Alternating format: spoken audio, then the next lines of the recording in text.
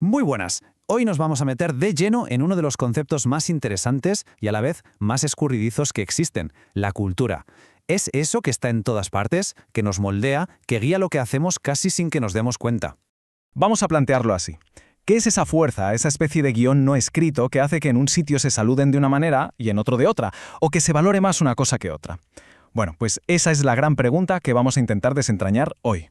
Y para empezar a tirar del hilo, la primera pista importante nos la dio el antropólogo Edward B. Tylor, hace ya más de un siglo. Fijaos qué potente la definición. La cultura es un todo complejo. Es decir, todo lo que aprendemos y adquirimos no por genética, sino por ser parte de una sociedad. Esa idea es la piedra angular de todo lo que vamos a explorar. Vale, profundicemos un poco. Cuando hablamos de ese guión invisible, en realidad estamos hablando de un sistema de significados que todos los miembros de un grupo comparten.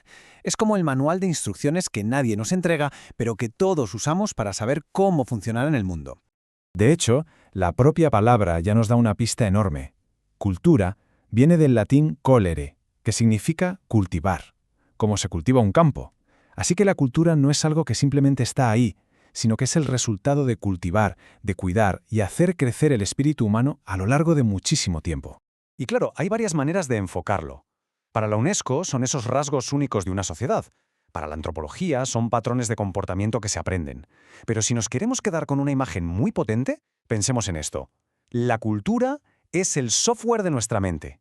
Nuestro cerebro es el hardware, la máquina, pero es la cultura el sistema operativo que nos dice cómo procesar la información y cómo actuar. Y para visualizar esta idea del software invisible, vamos a usar la que probablemente sea la metáfora más famosa y útil de todas, la del iceberg cultural. La idea es muy sencilla pero muy reveladora. Al igual que un iceberg, de la cultura solo vemos una pequeñísima parte, la que sobresale del agua. Pero la base, la inmensa masa que le da forma y sentido a todo, esa está oculta. Y este gráfico lo plasma a la perfección. Apenas un 10% de la cultura es lo evidente: la comida, la música, el arte, la manera de vestir, el idioma.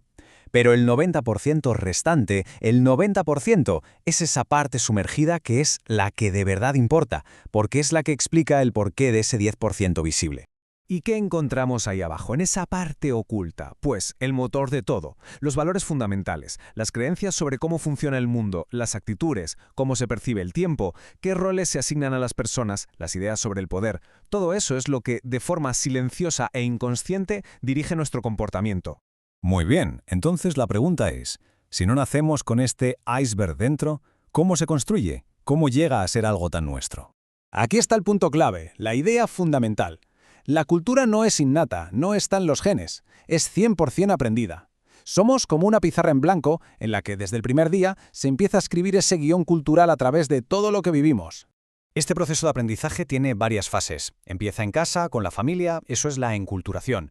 Luego se amplía con la escuela, los amigos, los medios de comunicación, eso es la socialización. Y lo más interesante es que la cultura no es una burbuja aislada. Cuando entra en contacto con otras, se transforma. De ahí surgen la aculturación y la transculturación, que es esa fusión que crea cosas totalmente nuevas. Bueno, y para que todo esto no se quede en algo abstracto, vamos a aterrizarlo. Vamos a viajar a El Salvador y usarlo como ejemplo para ver cómo funciona el iceberg en la práctica. Esta tabla es genial porque conecta directamente la teoría con la vida real. Por ejemplo, una pupusa no es solo comida, es un símbolo potentísimo de identidad nacional. Usar la palabra usted no es solo una formalidad, es la punta visible de un valor sumergido muy profundo, el respeto a los mayores. Cada uno de estos ejemplos visibles es una ventana a esa parte oculta del iceberg. Es que además la identidad cultural nunca es una sola cosa, es como una muñeca rusa. En El Salvador, por ejemplo, convive una identidad nacional compartida por todos con identidades étnicas muy concretas, como la de los pueblos náhuatl pipil, lenca o cacahuira, cada una con su propia historia. La cultura es siempre un mosaico.